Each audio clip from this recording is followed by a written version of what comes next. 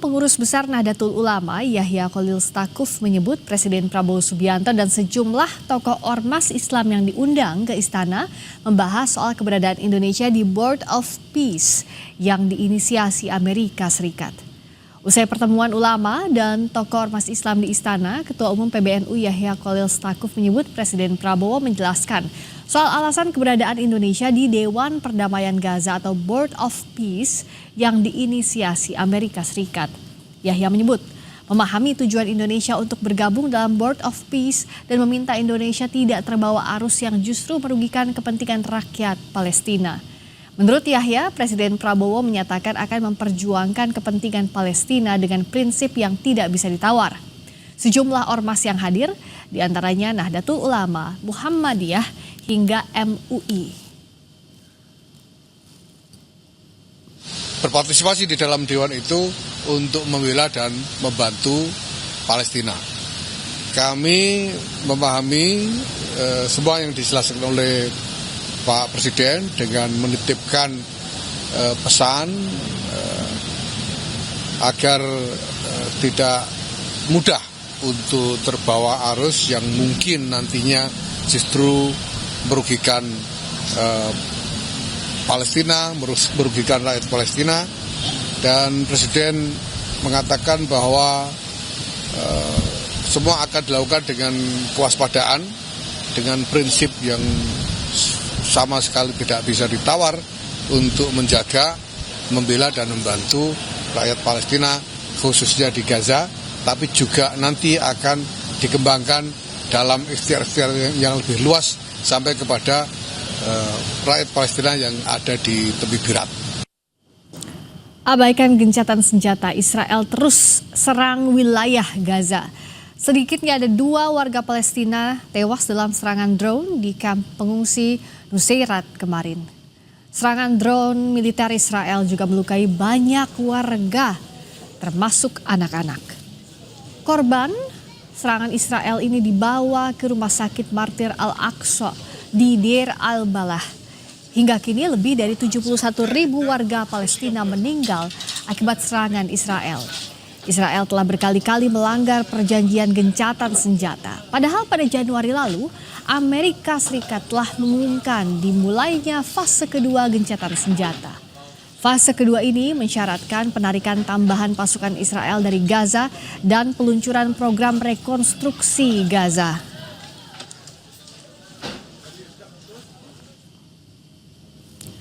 Mulai Senin kemarin, Israel mengizinkan pembukaan jalur penyeberangan Rafah. Jalur penyeberangan yang menghubungkan wilayah Gaza dan Mesir ini sempat ditutup selama hampir 2 tahun. Namun demikian, Israel menerapkan pembatasan ketat pada orang yang melintasi jalur ini. Di hari pertama pembukaan kemarin, Israel hanya mengizinkan 5 dari sekian banyak pasien Palestina yang menunggu untuk keluar dari Gaza demi mendapatkan perawatan medis di luar negeri. Data Badan Kemanusiaan PBB di Gaza, lebih dari 18.500 pasien termasuk 4.000 anak-anak menunggu evakuasi medis dari Gaza untuk mendapatkan perawatan yang tidak tersedia di Gaza. Abaikan gencatan senjata, Israel terus menyerang Gaza. Serangan ini juga dilakukan setelah terbentuknya Dewan Perdamaian atau Board of Peace, di mana Indonesia menjadi salah satu anggotanya. Lalu bagaimana Indonesia harus menyikapi situasi yang terjadi di Gaza saat ini dan bagaimana pula memastikan BOP tidak akan merugikan Palestina? Kita akan bahas bersama anggota Komisi 1 DPR RI fraksi PKB Oleh Soleh dan pengamat Timur Tengah Hasibullah Satrawi. Assalamualaikum warahmatullahi wabarakatuh. Selamat malam Pak Oleh juga Bung Hasibullah. Selamat malam Mbak Friska dan Pak Soleh.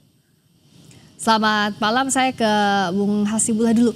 Dari situasi di Gaza Palestina saat ini, Bung Hasibullah, apa yang bisa lebih dicermati lagi oleh pemerintah Indonesia? Karena kita gabung Board of Peace. Katanya tadi Indonesia tidak akan terpengaruh arus negara-negara yang diinisiasi oleh Amerika Serikat. Tapi bagaimana pada faktanya Israel terus-menerus melanggar kesepakatan untuk menghentikan serangan ke Gaza? Ya, izinkan Mbak Friska sebelum saya menjawab pertanyaan Mbak Friska, saya mau menyampaikan 2 poin sebagai pengantar dan yang ketiga nanti jawaban dari pertanyaan Mbak Friska. Yang pertama tentu kita mengapresiasi apa yang dilakukan oleh Presiden dan para alim, para ulama, para tokoh agama yang bertemu hari ini untuk menjelaskan hal-hal yang sangat penting berkaitan dengan sikap Indonesia, yaitu mendukung kemerdekaan, anti penjajahan, anti kolonialisme, dan ingin segera Palestina segera merdeka. Yang kedua, menurut saya penting dijelaskan kepada masyarakat karena persoalan board of peace ini menimbulkan kontroversi, titik temu dan perbedaannya, yaitu menyangkut nilai-nilai yang tadi saya sampaikan soal anti penjajahan, anti kolonialisme, kemudian anti apa namanya semena-mena, otoriter dan lain sebagainya. Saya yakin minimal Presiden atau sebagian besar dari kita setuju dengan itu semua. Cuman memang perbedaannya Mbak Friska ini terkait dengan orang yang namanya Donald Trump Ya. yang dikenal dengan banyak kebijakan yang kontroversial. Nah, saya sendiri ingin menyampaikan mungkin sebagian kalangan menyikapi Donald Trump ini hitam putih. Jadi karena dia buruk maka sepenuhnya buruk gitu. Misalkan yang dilakukan di apa namanya Venezuela tentu itu adalah buruk, itu saya setuju, itu new kolonialisme. Ya. Saya setuju dengan apa yang dilakukan di Iran, itu adalah hal yang buruk, begitu juga dengan di Greenland. Tapi apakah yang dilakukan di Gaza juga buruk? Nah, menurut saya secara objektif yang saya tahu di Gaza itu sekarang hanya Trump yang membuat Netanyahu membuat mau tidak mau melakukan perdamaian. Ya. Walaupun masih ngeyel-ngeyel. Nah, yang tadi ditanyakan, kenapa masih terjadi pelanggaran-pelanggaran? Itulah yang saya bilang tadi, Netanyahu ini betul-betul susah dipegang. Dia ingin melawan seluruh hukum. ICC sudah bikin hukum, PBB sudah bikin hukum, tapi nggak ada yang diikutin. Ya. Salah satu yang lumayan masih diikutin, walaupun masih mau dilawan, yaitu adalah kebijakan Trump, termasuk kebijakan mengenai genjatan senjata, Ya. yang itu di dalam formula Dewan Perdamaian. Nah, ini yang di masyarakat sekarang mulai kurang penjelasan, seakan-akan bahwa bergabung dengan Dewan Perdamaian dianggap mendukung Israel. Ya. Sejauh yang Putin dari awal ya, genjatan senjata itu bisa dicapai karena Trump berhasil memaksa Netanyahu. Ya. Termasuk Netanyahu ini sebenarnya keberatan dengan keberadaan Dewan Perdamaian loh. Ya. Netanyahu itu walaupun akhirnya bergabung, tapi dia di antara orang yang tidak senang dengan Dewan Perdamaian. Kenapa? Karena di Dewan Perdamaian nanti akan ada perwakilan dari Qatar, dari Turki yang itu menjadi resisten bagi Netanyahu dan Israel. Oke. Nah, oleh karena itu, menurut saya cara kita memahami posisi kita di Dewan Perdamaian adalah jangan hitam putih. Trump itu buruk dalam konteks di Venezuela, dalam konteks di Netherlands atau di Timur Tengah secara umum, tapi dalam konteks Gaza menurut saya hanya Trump yang paling tidak membuat Netanyahu ini tidak terus memakan korban seperti sebelum 10 Oktober. Oh, jadi good point-nya adalah Amerika Serikat, dalam hal ini Donald Trump lah yang bisa memaksa Netanyahu bergabung di Dewan Perdamaian. Tapi pertanyaan berikutnya, bagaimana kalau dari DPR juga menjawab keraguan publik? Palestinanya tidak dilibatkan di sana. Dan di sisi lain, Israel juga bilang bahwa tidak ada negara Palestina terkait dengan masa depan Gaza ke depannya. Lalu bagaimana Indonesia punya kekuatan diplomasi untuk ini dan apa yang bisa dilakukan? Sesaat lagi kita akan bahas di Sapa Indonesia Malam.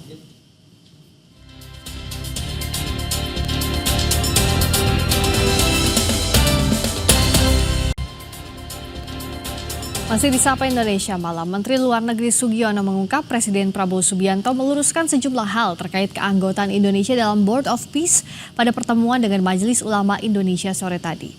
Salah satunya terkait kekhawatiran atas arah Indonesia dalam Dewan Perdamaian bentukan Trump tersebut. Dengan concern dari beberapa pihak mengenai keanggotaan Indonesia di Board of Peace, pertama adalah bahwa masuknya Indonesia ke Board of Peace ini merupakan bagian dari komitmen Indonesia untuk menciptakan pertama perdamaian di kawasan Timur Tengah, khususnya di Palestina dan Gaza, kompas ataupun arah daripada upaya-upaya ini adalah untuk tercapainya solusi dua negara. Kemudian disampaikan juga mengenai keterlibatan Indonesia pada saat nanti mengirimkan pasukan ke Gaza, kemudian apa yang harus dilakukan, apa yang tidak harus dilakukan. Saya kira itu semua udah sinkron dengan apa yang direncanakan oleh pemerintah. Kita masih membahasnya bersama dengan anggota Komisi 1 DPR RI fraksi PKB Oleh Soleh dan pengamat Timur Tengah Hasibullah Satrawi. Saya ke Pak Oleh. Jadi bagaimana menjawab kekhawatiran publik? Karena tadi yang masih mengganjal adalah Palestina tidak diikutkan di Dewan Perdamaian itu. Dan bagaimana agar Indonesia tidak sepenuhnya tunduk pada Amerika Serikat yang kita ketahui bahwa itu adalah sekutu erat dari Israel. Pertama saya mengapresiasi pada Pak Presiden Prabowo untuk melakukan komunikasi secara langsung dengan elemen bangsa dan tokoh-tokoh bangsa dalam rangka bagaimana memberikan informasi secara komprehensif terkait maksud dan tujuan yang esensi bergabungnya Indonesia dalam BOP. Saya rasa ini sebuah budaya yang positif dan harus terus dilakukan. Karena dengan diskusi yang satu meja ataupun dengan silaturahim, ini satu lebih cair, kedua lebih jelas apa maksud dan tujuannya. Apa yang harus diperjelas? Yang kedua, ya maksud tujuan Indonesia yang dikomandoi oleh Pak Presiden masuk BOP kan, tentu ini kan bisa dijelaskan secara langsung oleh Pak Presiden kepada tokoh-tokoh Indonesia dan tentunya kepada ormas-ormas di Indonesia yang ada. Nah, yang kedua juga yang saya apresiasi adalah bagaimana pola komunikasi Pak Presiden ini terhadap ormas-ormas ini untuk bagaimana melakukan sebuah upaya untuk menggalang persatuan. Bagaimana agar apa yang diambil oleh Pak Presiden ini betul-betul bukan kepentingan secara nasional, lebih-lebih individu, tetapi ini juga untuk kepentingan perdamaian secara keseluruhan. Satu hal yang kami percaya kepada Pak Presiden memiliki sebuah strategi yang baik karena memang latar belakangnya intelijensi, hubungan internasional juga sudah teruji. Kemudian pengakuan dari negara-negara, baik Eropa, Timur Tengah, apalagi Asia, dan ini juga sangat percaya pada Pak Presiden.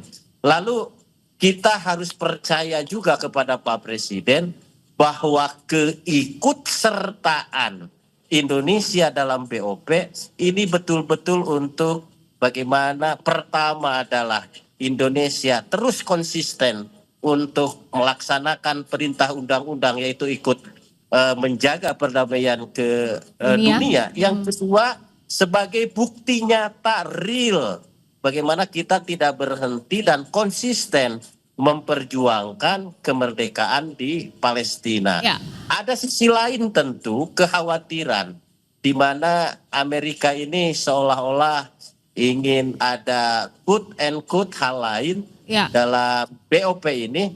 Nah, Pak Presiden sudah saya yakin Pak Presiden sudah mengetahui secara komprehensif bagaimana percaturan politik atau percaturan global yang dimainkan oleh Donald Trump. Lebih-lebih Donald Trump sudah keluar daripada PBB. Nah, oleh sebab itu berilah kepercayaan kepada Pak Presiden. Saya yakin dan percaya Pak Presiden Prabowo tidak akan menghancurkan Palestina, juga tidak akan menghancurkan Indonesia. Iya, itu kepercayaan yang sekaligus jadi harapan Pak Hasibullah. Pada praktiknya apa yang harus dilakukan? Karena begini, yang masih jadi pertanyaan satu tadi belum terjawab, Palestinanya tidak ada di Board of Peace itu. Lalu bagaimana membela kepentingan Palestina saat Palestinanya tidak diikutkan dalam Dewan Perdamaian meskipun satu-satunya yang bisa membuat lebih tenang Netanyahu adalah Donald Trump. Itu pun tidak menghentikan serangan ke Gaza, begitu Bung Hasibullah? Ya, begini, ini kita bicara Palestina itu betul-betul bukan bicara sesuatu yang ideal. Ini sesuatu yang jauh di bawah ideal. Maksud saya, misalkan tadi soal keadaan. Kalau kita bisa, kita ingin besok Palestina merdeka. Kalau kita mampu, besok Israel itu kita paksa tidak lagi bisa nembak. Tapi hukum yang mana yang bisa memastikan itu? Ya. Kekuatan yang mana yang bisa memastikan itu? Nah, itu konteks yang harus dijelaskan kepada masyarakat. Termasuk tadi, kenapa kok orang Palestina tidak ada? Ya. Nah, ini saya terus terang menyayangkan karena kadang-kadang kesimpulan terlalu cepat diambil. Kalau kita baca dari awal ya, itu kan mulai dari perundingan, pihak Palestina memang tidak ada, pihak Hamas. Kenapa? Karena itu dianggap sebagai kelompok, pertama kelompok terlarang, yang kedua Hamas juga nggak mau. Perwakilan Hamas untuk muncul langsung sama dengan minta ditangkap itu. Jadi ini situasi lapangan, masyarakat nggak dapat info. Hamas itu kelompok perlawanan underground. Dia hidup dari terowongan ke terowongan. Kalau dia berunding di atas tinggal ditangkap itu. Karena itu tidak pernah terlibat dalam perundingan langsung. Kalau ditanya apakah tidak ada perwakilan Palestina di Dewan Perdamaian, ada. Yaitu di sebuah komite khusus yang dikenal dengan Komite Nasional untuk Administrasi Gaza. Itu yang saya bilang tadi, memahami konsep ini secara utuh, jangan sepotong-sepotong. Sudah dipotong, disebarluaskan pula. Jadinya kasihan masyarakat di sini dan masyarakat di Palestina. Secara utuh Mbak Friska, Dewan Perdamaian itu minimal dari 3 struktur yang saya pahami sekarang. Paling atas itu adalah Dewan Dewan Eksekutif yang dipimpin oleh Trump, ada Dewan Eksekutif Gaza, dan yang teknis itu namanya Komite Nasional untuk Administrasi Gaza yang full orang Palestina. Nah, kerja struktural ini yang dari atas nanti itu akan mensuplai kepada dewan yang di bawah ini. Ya. Mereka yang bekerja nanti untuk kebutuhan Palestina. Dan kalau ditanya apa hasilnya, salah satu hasil nyata dari kerja Komite Nasional ini adalah dibukanya perbatasan Rafah kemarin hari Minggu tuh. Itu salah satu hasilnya gitu. Karena tim ini dengan bekerja termasuk lagi-lagi dibantu oleh para pihak, maka kemudian bisa mempercepat upaya-upaya untuk sekali lagi Palestina yang begitu lama tertinggal sehingga tidak ideal keadaannya itu, makan aja susah, tidur aja susah, minum aja susah, rumah nggak punya. Ini kan situasi yang sekali lagi tidak bisa dipahami, besok semuanya akan menjadi adil. Dan tidak ada hukum Nah, oleh internasional itu, yang bisa saya menengahi dari itu awal- ya. Saya dari awal Mbak Friska mendukung Indonesia untuk masuk ke Dewan Perdamaian ini dengan logika satu. Ini yang jarang juga disampaikan oleh tokoh-tokoh kita. Ya. Logikanya adalah logika kalau dalam fikih Islam dikenal dengan istilah akhafud dararain, yaitu menghindari bahaya lebih besar. Oke. Bahaya lebih besar itu apa? Potensi berhadapan dengan Amerika secara militer, secara ekonomi. Itu kan ngeri dalam keadaan sekarang ya, yang Trump bisa kirim kapal kapan aja, entah kemana aja gitu. Ya. Itu kepentingan nasional kita itu. Ya. Dan yang kedua, saya mendukung untuk masuk di Dewan Perdamaian ini adalah karena di level teknis Mbak Friska, sekarang itu mereka bertarung dari waktu ke waktu. Contoh, ketika perbatasan Rafah dibuka, itu di antara Israel dan Mesir bertarung. Apa pertarungannya? Israel maunya gerbang ini menjadi gerbang keluar bagi orang-orang Gaza, nggak balik lagi. Ya. Mesir bertarung bagaimana ini juga menjadi gerbang masuk. Nah, menurut saya visi kita adalah masuk ke ruang itu. Bagaimana di ruang-ruang kecil itu, di momen-momen terbatas itu bisa menegakkan cita-cita kita, yaitu mendukung kemerdekaan bagi segala bangsa. Jadi saya menghimbau juga kepada masyarakat, ini diterima secara umum, dipahami secara utuh. Sekali lagi, nggak mungkin kita tidak mendukung kemerdekaan Palestina, Ya. apalagi mendukung neokolonialisme, itu nggak mungkin.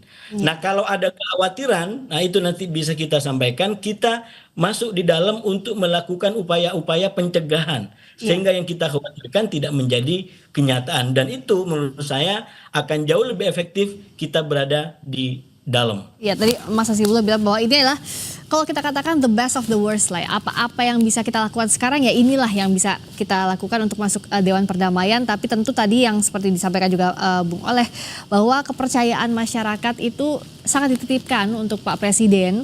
Saat kita ada di Dewan Perdamaian, kemerdekaan Palestina tetap jadi tujuan utama. Jadi perdamaian Gaza dan kemerdekaan Palestina tidak jadi hal yang terpisah. Terima kasih Pak Oleh Soleh, terima kasih juga Pak Sibul Terima Satrawi. kasih. Terima kasih banyak, selamat malam.